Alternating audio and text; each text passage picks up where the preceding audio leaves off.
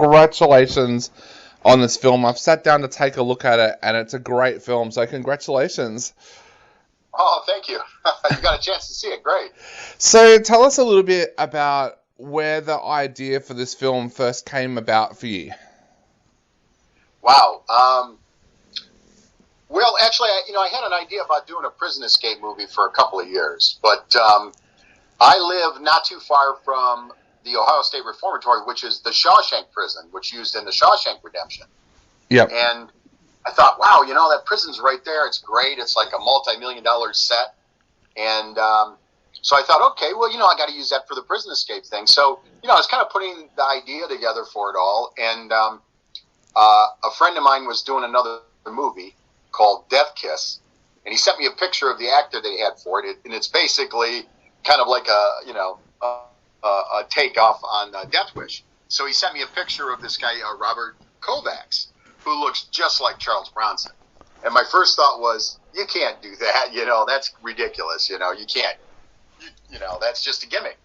And the more I thought about it, I was just kind of intrigued with it. I thought, he looks like Charles Bronson, and that's kind of cool. Well, I helped my buddy work on that film called Death Kiss. I helped him produce it and did a bunch of effects for him on it. And then I met Robert, when I was kind of putting together my prison escape movie. I met Robert at the Texas Frightmare Film Festival. And we sat in the bar and had some whiskey and stuff. We were talking about it, and I said, you should be in my movie. And I kind of pitched him the idea, and we kind of knocked it back and forth, and he definitely wanted to do it. And I already had kind of a script laid out, but after I met him, and he's a Hungarian, he's from Hungary, and it takes him a while to kind of get the English worked out. He has to hear it and, process and stuff. So his English wasn't the best, but I had him read some lines from the script. And, he would flip words around or drop lines or add lines. So I just went, okay. So I changed the character in the script to a guy that comes from Hungary to America to collect a debt. So I just rewrote that whole part with him, the way he would talk and using his character and actually right for where he's from. And it really kind of took off from that point. I'm like, all right, we got to make this movie. And within about 4 months, we were shooting. So it came together pretty quick. Awesome. What was it that made you want to make a prison break movie? Was there something about that subgenre of the action genre that made you want to make one of these movies? Yeah, I grew up in the 70s, and I loved all the, Death Wish and Breakout and Mr. Majestic and The Getaway with all, and the Friends of Eddie Coyle, with all these great character actors at the time, Those movies were very simple. It was about code of honor. And that was always near and dear to my heart. And I wanted to do movies like that. I didn't want to do movies with, there's so many movies with technology and all that, it's all about all these other things. And I'm like, I wanted to do a throwback. So I kind of was brewing the idea, but then I saw a couple of movies. One was Craig Zeller's Brawl in Cell Block 99 with Vince Vaughn. Yep. And when I saw that movie, I saw the trailer, and that trailer grabbed me. I'm like, oh, I got to see this. And as soon as I saw it, I went, oh, he's doing what I want to do. He's doing these movies that are like right out of that time frame, They're contemporary today, but it had all the themes and the guts and the gut punch and everything about that era that I loved. And I saw that and I went, oh, I got to do that. That's where I'm going, So then I kind of sat down and, finished up my first draft of the story and the script and everything. And then, of course, I met Bronzy, and I'm like, I'll put him in it. It gets me, there's a visual you get. It takes you right back. So, yeah, Brawl in Cell Block 99 was kind of a big influence. And then, rewatching Escape from Alcatraz and then Don Siegel's, Riot in Cell Block, so those things really resonated. And I'm like, I wanted to be in that genre. And the prison, like I said, is 25 minutes from where I live. So I'm driving by it every day going, I got to go in here and make a movie. Was it an easy location to get? Like, I would imagine you have to jump through a few hoops to be able to film there. How difficult was that process to actually get that as a location? Well, there's a little difficulty. I mean, basically now the prison, it's being run by a preservation society. So what they do is they run tours, And they have like a haunted prison every year, and they do rock concerts there. They just did a rock concert like this year they had 100,000 people show up. So they do all these kind of events there, and they take all the money and they're renovating the prison, and they're like, getting it back to being able to have people go through it, Yeah. And friends of mine actually do the haunts there, and through them I met the people that are running the place, and then a couple of guys, Dan Smith and Paul Smith, who are really kind of in charge of the whole shebang there. I met those guys, and, it was pretty easy. I said, hey, here's what I'm doing. I'm local. They had just done, Sylvester Stallone was in about a year earlier doing one of his escape plan movies there. Yep. And, they came in with, bushel baskets of money. And so they buy the prison for 3 weeks, right? And Hollywood money goes a long way. You can do everything. Well, I walked in, I go, hey, I don't have a bushel basket, I'm making an independent film. I have no distribution. And they were aware of me, locally for several years anyway. So I went in and I said, hey, I'll work a deal with you. And so I did some deals with them for a year or two prior to my movie.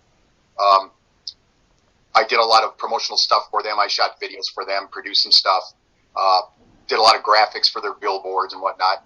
And so we kind of did a bit of a trade-off, and then I put a little bit of money down, and then I got like 6 days to shoot at the prison. But my budget was so low that they run tours all day. That's kind of their mainstay. Well, they couldn't shut the tours down because I didn't have the bushel baskets of money like Stallone did, right? Yeah. So we got the prison from 4 in the afternoon until 4 in the morning. So needless to say, you're kind of scrambling from 4 to maybe 6 or 7, and the sun starts going down. And the shadows in the cell block starts going up and up, and it gets creepier and creepier. So really it was a scheduling nightmare kind of in a way, because, you're starting to shoot daytime scenes, and then it gets to night and you have to flip and do other stuff. But so it was a bit of a challenge. So we did like 6 days, and then we took a little break, did other stuff, came back for another 4 or 5 days. And we made it work. But yeah, you really, it's a great place to shoot, but there's so many events going on. Like their schedules are so full now. It's really hard to book the time, and to get prime time, that was another problem. They had 2 windows of opportunity for me, and as soon as they gave me the options, and this one window came up, which was about 2.5 months away, I went, okay. So now my whole production went from script stage to development, pre-production, casting, everything within about 2.5 months. I was shooting because I had to hit that little window of time. So it made it difficult because everything was compressed so much. But basically, I started in February of 2018, and I was shooting by July. So it was a challenge. It was jumping through hoops, but the window of time was there. And like I said, the prison is a multi-million-dollar location.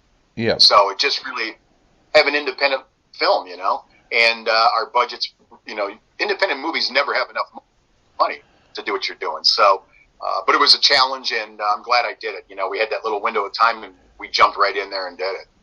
You mentioned having such a low budget. We know that a lot of filmmakers, independent filmmakers, listen to this show.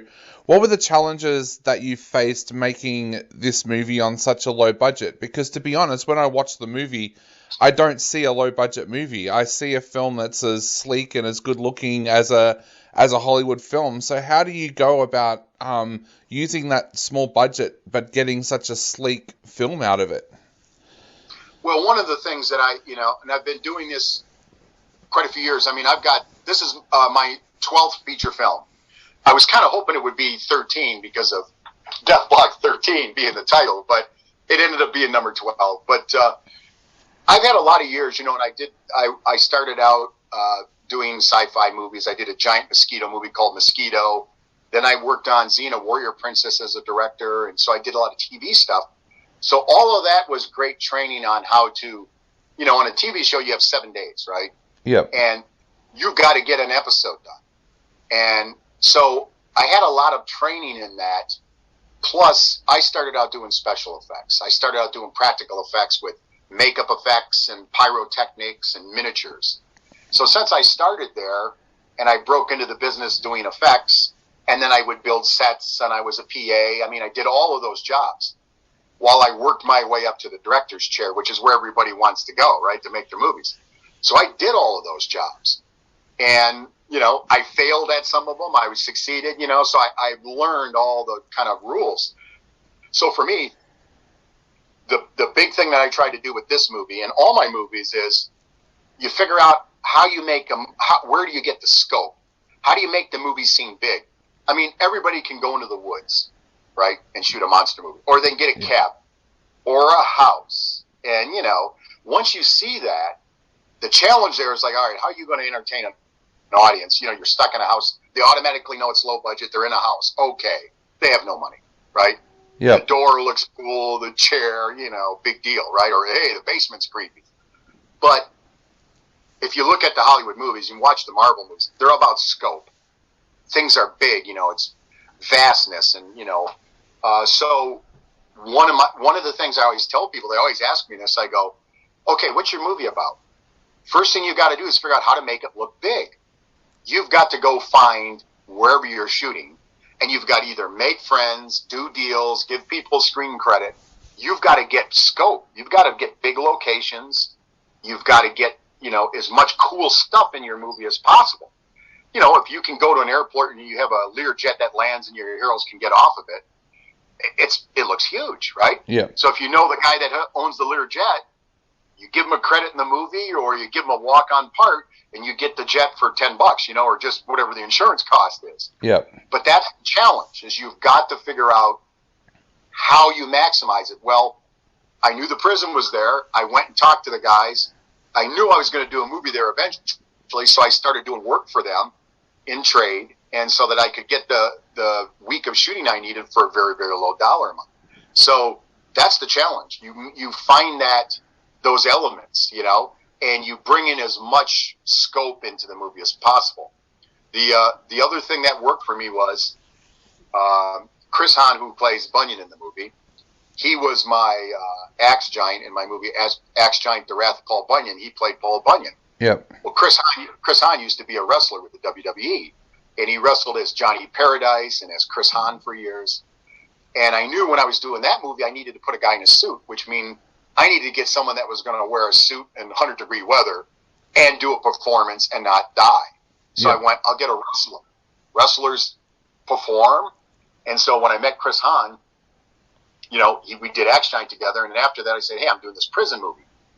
And he goes, hey, you got to meet these wrestling buddies of mine. So I met this guy, Jimmy Lee, who has the ASWA, which is a regional wrestling organization. And I would go to the wrestling matches, and I'd see all these guys, and most of them are local or within a state or two away. And every one of these wrestlers had a great look. They all look different. You know, they're very iconic looking. And I go, wow, these wrestlers, they can do a performance because they're already performing. They can do stunts, right?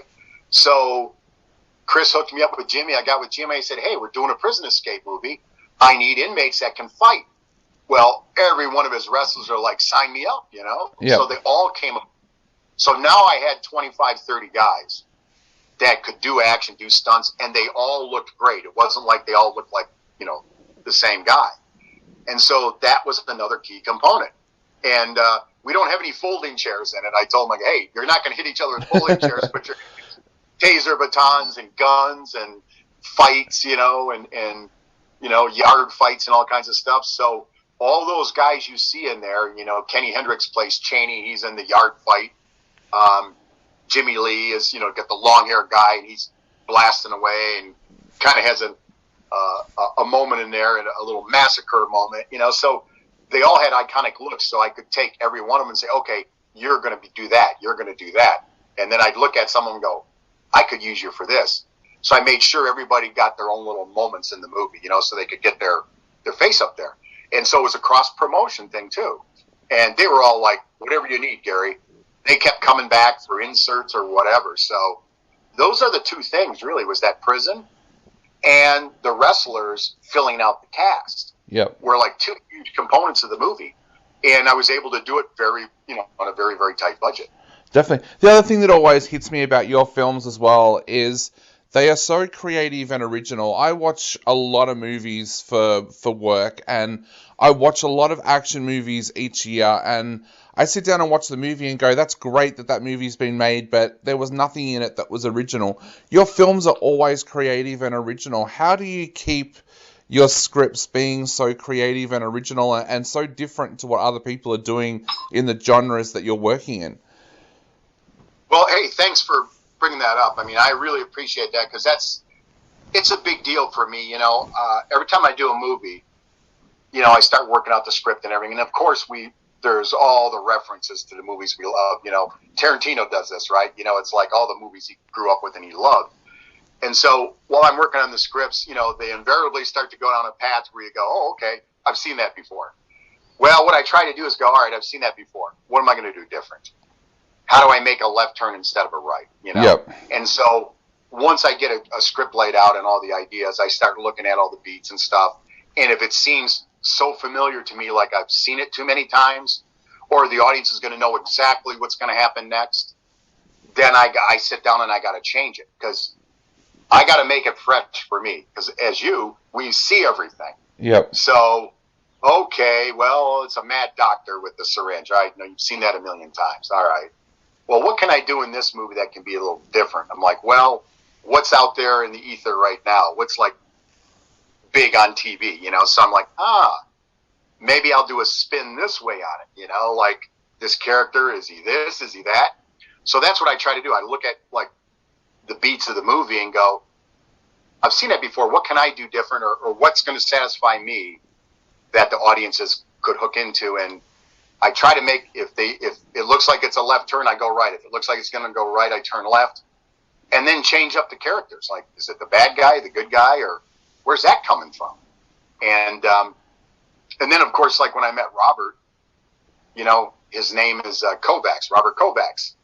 And I had this idea in the script, a thing with a hammer, because I wanted, this aspect.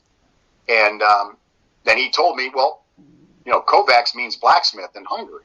And I'm like, really? And I'm like, holy shit, I already have it in the script. So then I went back in and reinvested in that character and that prop. Like it meant something more. Yep. And I tied it back into the story. And so I knew how I was going to begin the movie and how I wanted to end it. I always kind of have a great idea on like, how do I get into how's the movie start? How's it going to end? And I had this idea that, you watch a movie, within about the first 10 minutes or so whether you're going to stick it out, right? Yeah. Like, hold your interest. And then I always have a philosophy like the last 30 or 40 minutes has to be a roller coaster because it's the residual effect where people will tell someone to go watch it. Like when that movie's over with, if it was crap for an hour and you stuck it out and you got a half hour of something cool, you're going to tell somebody to check it out. You may say, hey, fast forward to the end or whatever, but it's the residual effect, I think, is where the word of mouth, which is, you can't buy that. You can spend millions of dollars in promotion, but it's the word of mouth that's going to carry the day. So I try to really invest in that last 40 minutes or so of the movie to fill in the blanks, give the people what they missed or wanted earlier on, and give them some surprises and some changes, and have it be like the last 40 minutes is only feels like 5 minutes because it's just a roller coaster. And so that's kind of what I try to do. I try to build that into the movies. Awesome. Well, mate, as I said, this film looks absolutely amazing. I love it. And to wrap up, what would you like to say to everybody out there that's about to sit down and watch this film? Well, I guess the first thing I have to say is get out the beer and pizza, right? Or whiskey or whatever you want. It's a fun ride. If you're going into this movie to get enlightened about society today, yeah, you might get something there. But the movies I make, I feel it's an escape. And I tell people it's like, tune everything out, just sit down and watch it and have a good time. Just get out the beer and pizza and enjoy the movie. And again, it's not a social commentary or nothing, but it's about simplistic stuff that a lot of times we forget, code of honor, handshake deal and stuff. and just turn everything out and enjoy it and stick it out to the end because you're going to be satisfied. You're going to have some fun.